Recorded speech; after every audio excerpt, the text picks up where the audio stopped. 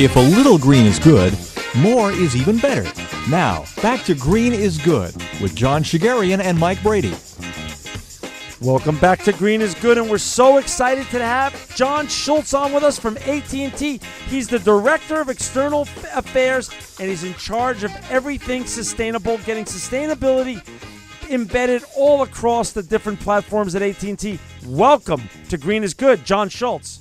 Well, John, thank you very much. I'm glad to be here. Hey, John, you have such a great background. Before we get into talking everything sustainability and AT&T, let's talk a little bit about your journey. I want you to frame your journey to our listeners first before we start talking everything sustainability.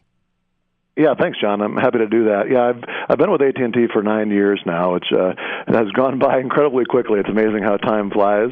And about 4 years ago, I was doing actually a kind of very different job. I was working in real estate, believe it or not, working on making their portfolio more energy efficient. And I actually went to my leadership and said, "Look, I want to be really engaged with the sustainability piece of our operation and really making us leaders in that space." So I actually got pretty far up the food chain and was given an opportunity to transition my role over into greenhouse gas emissions inventory, strategy, energy efficiency operations. So for the last 4 years, I've actually been working with the energy efficiency group, and then for about the last year with the corporate strategy group related to sustainability. So I've been really very fortunate. I kind of went for it a couple of years ago, and have been very fortunate to be able to follow that lead, and I'm really pleased to be here today. Oh, we're so honored to have you. This is AT&T's first time ever on our show, and we hope first of many. And AT&T is doing so many great things in sustainability. Before we get going, John, I just want to direct any listeners. Mike and I are on our iPad and our laptop now. Any of our listeners who are in front of their technology right now and want to pull up John's and AT&T's amazing website on sustainability, please go to www.att.com/CSR. John, talk about AT&T and everything that you're touching with regards to sustainability. This is your show, and you guys are doing so much. I want to have a real opportunity for you to share what's really going on at AT&T right now in sustainability. Yeah, well, thanks, John. I appreciate the reference to our website. That's much appreciated. There's good stuff up there. What I'll say is, when you talk about sustainability, people, a lot of different things come to mind. Everyone has a different definition of what sustainability means, and for us, it's a really broad subject. It's not just the environment, but we'll talk a lot about the environment today. But we look really at a community level about really making contributions to our community in many different ways, both primarily in the social and the environmental standpoint. We think of it in three ways. So here we go. The first is really this idea of people and communities, right?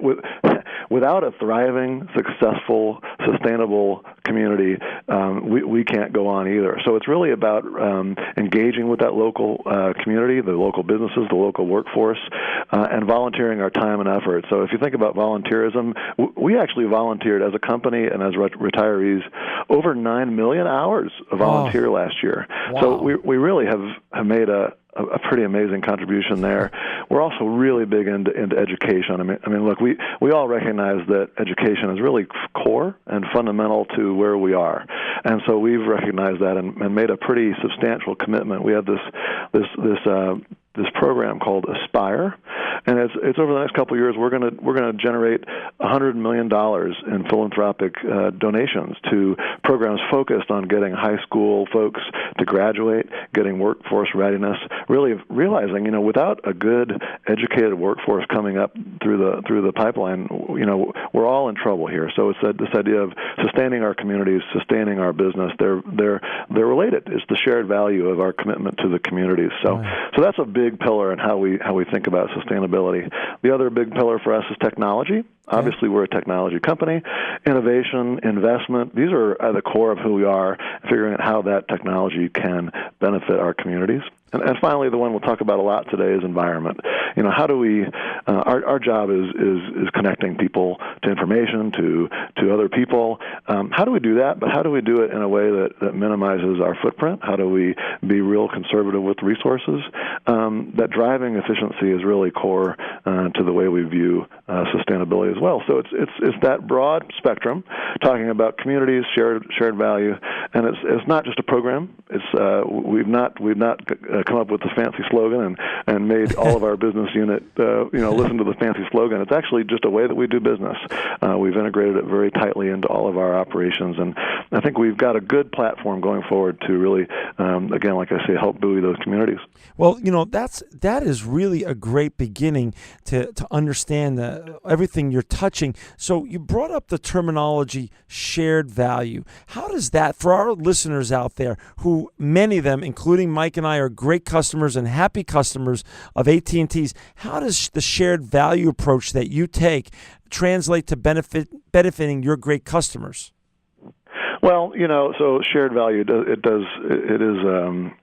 You got to think about it a little bit. And what I mean by shared value is really kind of the idea that a rising tide raises all boats. Right. So if we're making investments that make everyone benefit, we'll be part of that as well. So that's really what I mean by the shared value and shared benefit of what we're doing. There are two ways that you can think about how it benefits our customers. One is just in the sheer capacity and abilities of our network. If you think about what's happened over the last couple of years, it's pretty mind-boggling to think about the devices that you've mentioned. They didn't exist a couple of years ago, and the capacity to make those things work is all based on our ability to make the network robust. Over the last couple of years, from 2008, we've experienced 5,000% data growth. 5,000%. It's a stunning number. So you think about kind of that demand on our network, and really job one for us is making sure that our customers have a great experience. So we're investing lots of money, over $20 billion last year, close to that amount this year. So an incredible focus on making that network better, because everything we're going to talk about today, none of it works if we don't have a great network. So that's really the first benefit that when we talk about shared value. The other is actually the part that I think is most exciting and gets your imagination running, because if you think about what that network can do for us and how much growth we've seen over the last couple of years, just you can only imagine what's coming. And a lot of people have kind of looked at it from a historical perspective. You think about the 19th century, it was the agricultural revolution, right? You're getting agriculture organized. The 20th century was industrial and manufacturing revolution.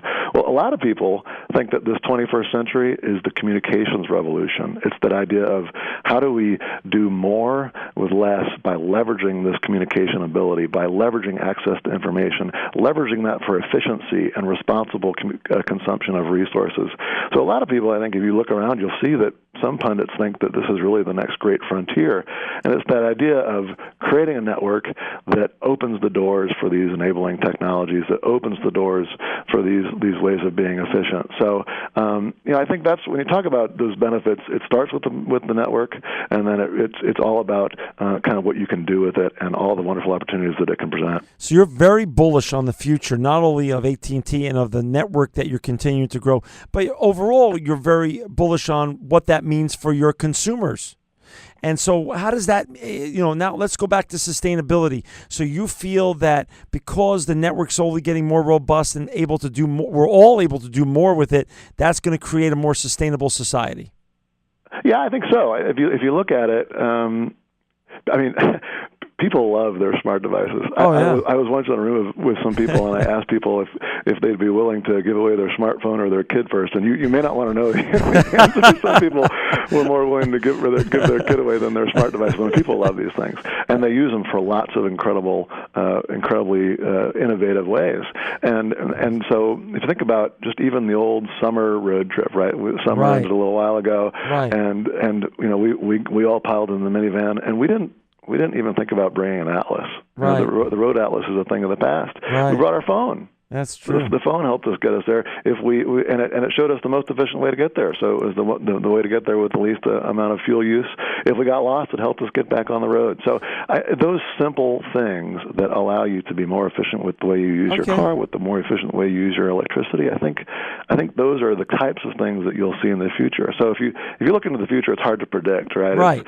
Who knows? I mean, who would have? 10 years ago, no one would have believed what we can do with these smart tablets these days. So it's hard to predict, but I would guess that you'll see more in this space where where we're connecting things to things, like this idea of machine to machine, where we're getting information from things that will help us be more efficient, like So we've got a whole group that's looking into connecting everything. So dog tags, cars, you name it, we're looking to be able to provide information about those things into a place where you can make good, efficient decisions about their use through the power of the network. I love it. The other areas I like to talk about in this space are healthcare. We all know that healthcare is going to be a big deal. Right. With the way the population is aging, we need to make sure we are making healthcare a priority for us. And we've got a lot of activity in the area of connecting people with information related to healthcare. There's the example I like to use is of this thing called the Vitality Glow Cap, and it literally helps patients remember to take their meds at the right time. It's connected to a system that tells it when you need to take your meds. It actually starts to glow to tell the person that it's time to take it, and it also tells people who care about that person if they're doing it, if they're actually opening the bottle and taking their cap. So this idea of connecting people to information is just going to explode in ways that we can't even imagine. The other big one is this idea of the smart grid, this idea of seeing your electricity use. Again, visibility, accessibility to how you're using your resources. It's a lot like, I think, what people are doing with their hybrid cars. I have friends who have Priuses whose the game is to see how big they can get their gas mileage to go. So it's this idea of visibility, driving behavior, driving interest in being efficient. So all that connection of information and then presenting it in a nice, easy way, whether it's your phone or your PC or your TV or your tablet, that's all part of this network. It's all part of that connectivity. That's fascinating, and let's break that. That's really a great platform for a couple of questions that we have. So let's talk about telecommuting. With oil and energy prices where they are, and they don't look like they're going to be falling in the foreseeable future. Talk about a modern employee who used to have to sit at his desk, John, but now can telecommute, and AT&T's role in this whole connection of telecommuting. Yeah, it's a huge benefit, and I'll tell you from personal experience because I'm actually one of those people, right? I am a flexible worker in every sense of the way. I no longer have an official office, but I have connectivity to everything that I need, and I benefit, and the employer benefits, and I think this type of thinking will benefit everyone. So if you think about how we at AT&T use that, we have products that allow me to access my network, that allow me to access my files. We have products that allow me to host a meeting where everyone can be on the phone together and look at the same information on my desktop.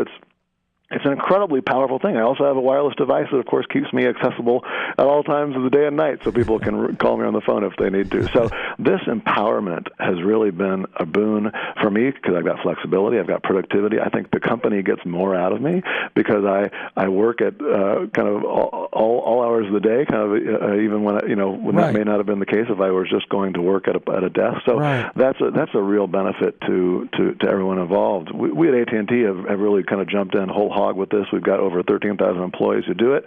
Last year, those employees this is real here. This is a real benefit to these employees.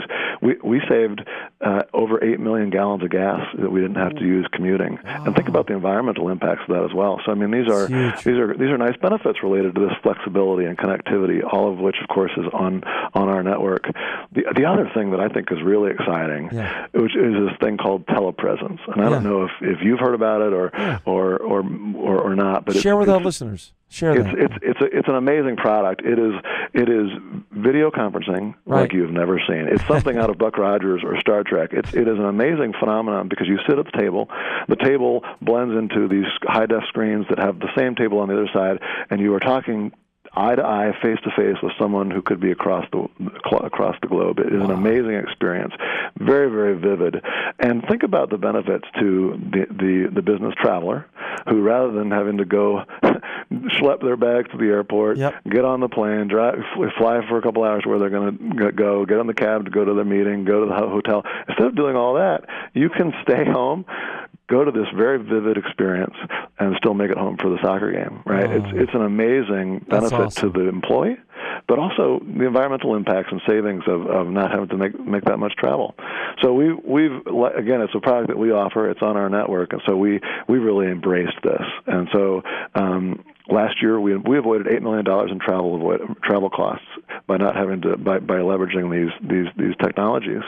And it's really a fabulous platform that, again, benefits the company by those savings in terms of dollars and avoided emissions, and also benefits the employees as well. So it's a really great product. Another thing I was just thinking of, John, is, during times of, if there's a pandemic outbreak, like the avian flu or something like that, fewer people traveling really can have an exponentially huge health benefit worldwide in a situation like this if more business were conducted rather than face-to-face, but, going the way you're suggesting with that platform.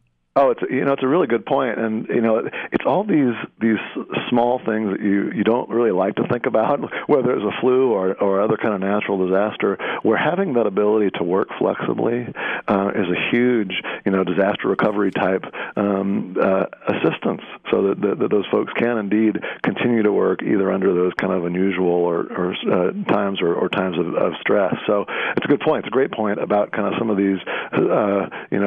Sometimes you don't think about those types of benefits when you think about this ability to be flexible. John, historically, when we all thought of the cloud, we all would think of the things that are up in the sky, but now it's become a term of art in the technology industry. Isn't that true? Can you share with our listeners who are still confused, what is the cloud, how is AT&T involved, and how will that eventually benefit all of us? Yeah, it is funny, but I tell you what, if you pick up any of the industry rags, the cloud is everywhere. So we're right there with those folks that think that the cloud is going to be a really important piece of our future. The cloud is at its core a pretty simple idea. It's this idea of taking your computer or your laptop and moving the contents or the applications or the ability to do work, not necessarily on that device, take it off that device and put it in a centralized place. And you put it in a place that is specifically geared for that use. And so it's a designated high-efficiency, high-capacity data center that can do that work for you, and using that connection between whatever device you're using, whether it's a laptop or a tablet or a phone, connecting to that high-powered, that centralized capacity to do work. And so you don't have to worry about maintaining your hardware. You don't have to worry about gearing things up and spending a lot of time getting functionality ready. It's easy to turn on. It's easy to get how much you need, and it's energy efficient, right? The cloud is based on data centers that are tuned and have people thinking 24 hours a day about how to make them more efficient in terms of the capacity and the use of resources to make them work. So it's a really exciting concept, this idea of having access to your stuff really through any device and doing it in a very efficient way. And the trick here, of course, is the enabling communication that connects you to that power of that computing power. And so that's where we come in, right? That idea of connecting you through a secure line to a powerhouse of computing. And we at AT&T are all over this stuff. We've got the ability to do software through the cloud. We've got hardware in the cloud. We've got platforms so you can develop your own applications in the cloud. We've really got a robust platform available for you. But what's hard? You hit a really interesting point. People hear the cloud, but they don't know what it means. They don't know how to kind of wrap their mind around quantifying the cloud, because it is such a pardon the pun, such a nebulous term. And a recent study just came out, and it predicted that by right now, large companies, use about 10% of their capacity in the cloud. By 2020, they expected that to jump to 70. So a huge jump in people using this. And with that, because of the energy efficiency, because of the ability to only use what you need, they were expecting by 2020 that compared to what it is today, it'll be over $12 billion in savings for those people that make that move to the cloud. And with that savings numbers comes efficiency in terms of energy efficiency and greenhouse gas reductions. And the estimate is that it's equivalent to a yearly savings of 200 million barrels of oil, which is the equivalent of that electricity. So this is a big deal, right? This is a big benefit financially and environmentally, and it gives the user a great, flexible experience. Hey, for our listeners who just joined us, we're so honored to have John Schulz today on with us at Green is Good. He's the Director of External Affairs at AT&T, and his website is amazing. We haven't talked a lot about it today, but please go to it. If you're in front of your iPad, laptop, desktop now, go to www.att.com. AT&T.com/CSR. On the website, you talk a lot about energy and what you're doing with regards to energy. And earlier today, you talked about just telecommuting, your 13,000 employees, and how much oil you save just by that. How much is AT&T doing in savings with energy-related costs? I see here on the website there's an amazing study where you guys announced that you deployed 4,000 alternative fuel vehicles and 3,000 compressed natural gas vehicles in your corporate fleet. What does all this equal in terms of energy-related costs at AT&T? Yeah, thanks for asking, because I think we've talked a lot about our customers, and obviously we're very, very customer-focused and delivering a great experience. But we realized, look, we've got to take care of our own shop. We've got to lead by an example. And so that's what we did. And it's a challenge when you have a company as large as we are, over 270,000 employees. We connect over 3 million people around the world. It's a big operation. Where do you start? Right? It's pretty daunting. So we started with our evaluation of our greenhouse gas emissions. Right? We did that for the first time in 2008, and we realized, look, we've got a couple big hitters. You mentioned them. It's energy and it's fleet. These are big areas of opportunity for us, big areas of focus. So we got after them, right? We got after those two sections in particular.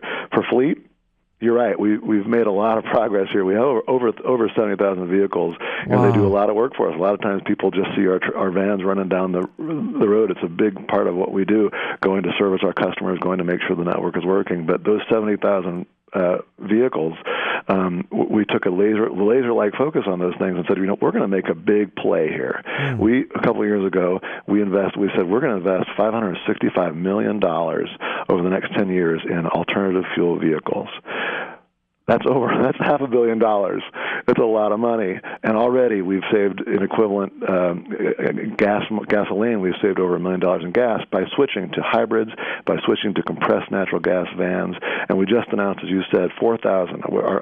Our van number 4,000 just rolled out onto the street. So we're making great strides towards our commitment that by 2018 we'll have 15,000 alternative fuel vehicles. So we're really, really pleased with that. We're making great progress. And it aligns nicely with President Obama's goal, right? He said we need to get off, transition off of petroleum imports and by a third by 2025, and we really think this is a way to do that, as a way to make that transition. Besides energy-related costs, how about environmental sustainability? I mean, we're down to the last 2 minutes, unfortunately, John, and of course, you're always going to be welcome back because AT&T is doing so much. We want our listeners to really understand, because the leadership role that you're playing, as you say, inspires all of us, whether you're just a general consumer or the big or the small business owner, but there's other things you're also working on with regards to environmental sustainability. Can you share some of those things also with our listeners before we have to sign off today? Absolutely, and again, thanks for your time today.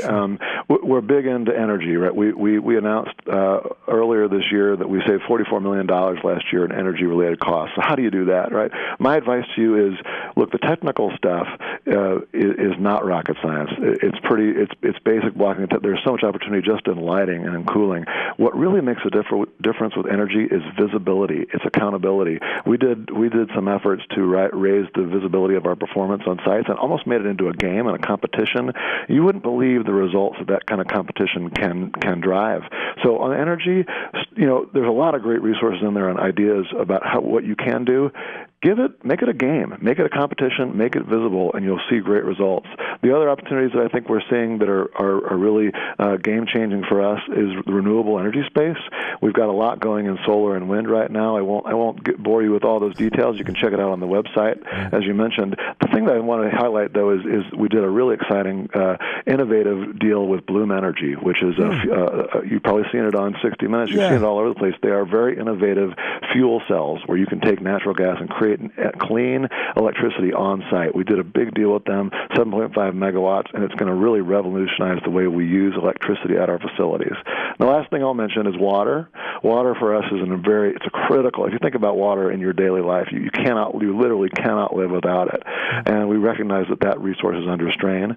We've done quite a bit of work with partners like Vanderbilt University, the Pacific Institute, to understand how we use water here within our operations and really hone in on some of our opportunities to be as efficient as possible. So our internal story, I think, is all pointing in the right direction. What I would say is, again, as our final comment, I just would like to reiterate, we're all about meeting our customer expectations, making sure they have a great experience, and really helping our community in environmental, social ways, however it is, to make sure that that they're beneficiaries from the hard work that we put into making our network as robust as it can be. Well, as I said before, John, you're always going to be welcome back here, because there's so much more to the AT&T sustainability story, and our listeners need to hear it because it is so inspiring. For our listeners out there, though, to learn more about AT&T and sustainability before John comes back on again, please go to www.att.com/CSR. John Schulz, you are a proven sustainability leader and truly living proof that green is good. Hey, John, thank you so much for having me. I really had a nice time.